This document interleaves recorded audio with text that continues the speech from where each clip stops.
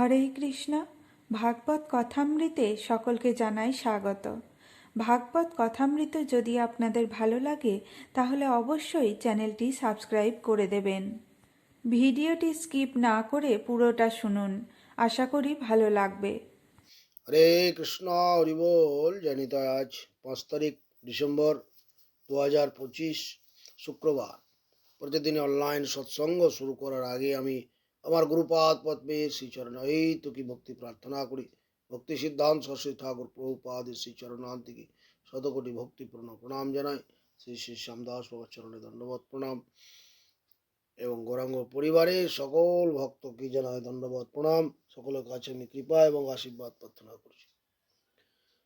বন্দে গুরুপদদ্বন্দ্বম ভক্তবৃন্দ সমন্বিতম শ্রীচৈতন্য প্রভুম বন্দে শ্রীনিত্যানন্দ সহোদিতম শ্রীনন্দনন্দনং বন্দে শ্রীরাধিকা চরণোদয়ম গোপীজন সমায়ুক্তং বৃন্দাবনং মনোহরম আজানুলম্বিত ভুজৌ কনকাবদাতৌ সংকীর্তনৈকপিতরৌ কমলায়তাক্ষৈ বিশ্বম্ভরৌ দ্বিজবরৌ যুগধর্মপালৌ বন্দে জগৎপ্রিয়করৌ করুণাবতারৌ নমামি গঙ্গে তব পাদ পঙ্কজম সুরাসুরৈর্বন্দিত দিব্যরূপম ভুক্তিম চ মুক্তিম চ দদাসি নিত্যম ভবানুরূপে সদা নরানম ধ্যেয়ং সদা পরিভবগ্নম অবিষ্টতোহং তীর্থাস্পদম শিববিরিঞ্চিনুতম শরণ্যম প্রণতপালম ভবাব্দিপোতম বন্দে মহাপুরুষতে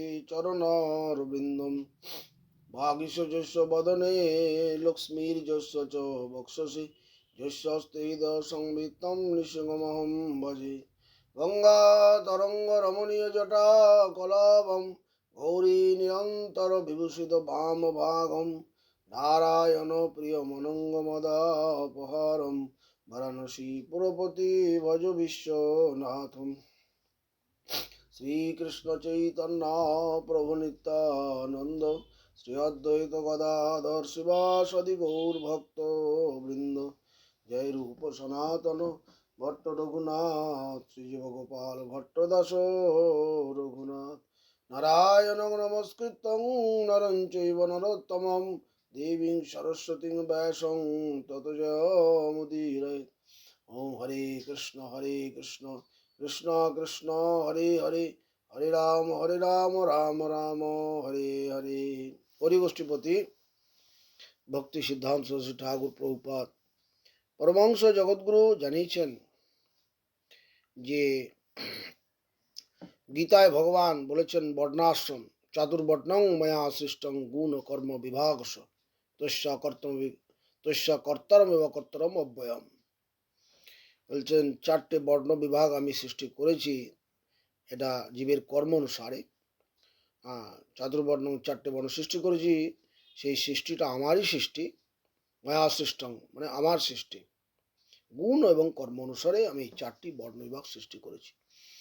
তো এই যে বর্ণাশ্রম, বর্ণ এবং আশ্রম, বর্ণ 4টে বর্ণ আর 4টে আশ্রম, ব্রাহ্মণ ক্ষত্রিয় বৈশ্য শূদ্র বর্ণ আশ্রম, ব্রহ্মচারী বানপ্রস্থ গার্হস্থ সন্ন্যাস, এই 4টে আশ্রম। এই বর্ণাশ্রম ধর্ম কি নিত্য? এই বর্ণাশ্রম ধর্ম কি বলছেন প্রভুপাদ? যে না, এই প্রত্যেক জীব মাত্রেই যে বাইরের খোলস, এই খোলস বা এই খাম, চিঠির যেমন খাম থাকে, সেটা এই যে খোলস, এই আত্মার একটা খোলস, এটার নাম হচ্ছে দেহ। এই দেহর মধ্যে দেহি আছে, আত্মা খোলস, এটাকে আমরা নিত্য বলে মনে করছি। এই দেহটাকে আমি নিত্য হচ্ছি ভগবত সেবক, ভগবত সেবায় আমার নিত্য ধর্ম। আমি এই দেহ নই, আমি দেহের খোলস নই, আমি আমি হচ্ছি আত্মা, নিত্য চেতন জগতের।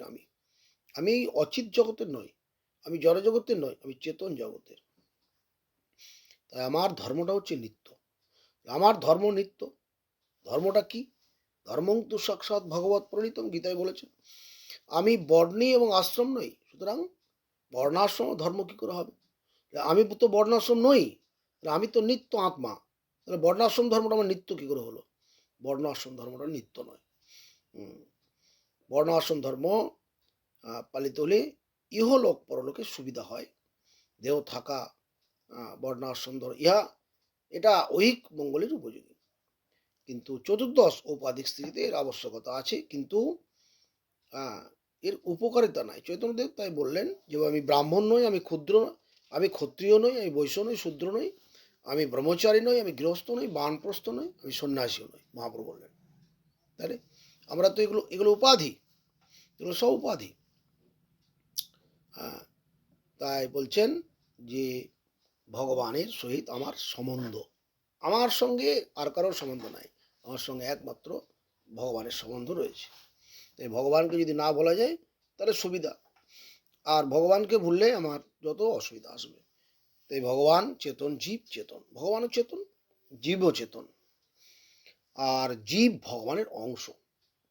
ভগবানের এই বিভু চেতন নয়, ভগবান হচ্ছেন বিভু, অনন্ত, অসীম, ভূমা, আর জীব হচ্ছে অনু, ক্ষুদ্র, ক্ষুদ্র আতে ক্ষুদ্র, খুব সামান্য। তার যোগ্যতাও আছে, ভগবানের যোগ্যতা আছে, জীবের তাহলে আত্মার যোগ্য তার অংশ, তার অংশের যোগ্যতা থাকবে না? যোগ্যতা আছে। সেই যোগ্যতার আমরা অপব্যবহার করে আমরা দুঃখ কষ্ট পাই। আমাদের দুঃখ কষ্ট পাওয়ার কথা নেই, আমাদের সবসময় আনন্দে থাকারই কথা, কিন্তু আমরা ভুলে গেছি যে ভগবানের আমরা অংশ, এটাই আমরা মনে করতে পারছি না। যত দুঃখ এই জন্যেই আমাদের আসে। তাই বর্তমানে জীব চেতনের স্বতন্ত্রতার অপব্যবহার করে কষ্ট পাচ্ছে।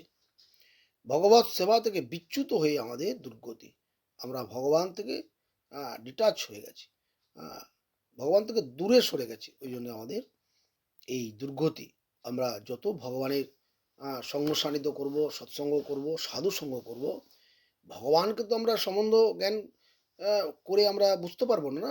আমরা সবসময় সাধু সঙ্গের মাধ্যমে ভগবানকে যাই কিছু আমরা পেতে চাইবো সব সাধু সঙ্গের মাধ্যমে। সাধু সঙ্গ না করলে কিন্তু ভগবানের কিছু আমরা বুঝতে পারবো না, ওই জন্যই সাধু সঙ্গ আগে করতে হয়। ওই জন্য আমরা ভগবত সেবা থেকে বিচ্যুত হয়ে আছি, ওই জন্য আমাদেরকে ভগবানের সেবার মধ্যে নিয়োজিত করতে হবে। কে করাবেন? গুরু বৈষ্ণব। গুরু বৈষ্ণব তিনি বলে দেবেন যে তুমি এইভাবে ভগবানের সেবা করো, এটা করো, নাম করো, সেবা করো, এর মধ্যে তুমি খুঁজে পাবে তোমার যে আসল রহস্য, নিত্য আনন্দ, সেগুলো তুমি সব খুঁজে পাবে। আজকে এই পর্যন্তই। বাঞ্ছা কল্পতরুশ্চ কৃপা সিন্ধু ভৈবচ পতিতানাং পাবনে ভো বৈষ্ণবে ভো নমো নমঃ। হরে কৃষ্ণ। এই ভাগবত কথামৃত যদি আপনাদের ভালো লাগে অবশ্যই কমেন্টে জানাবেন।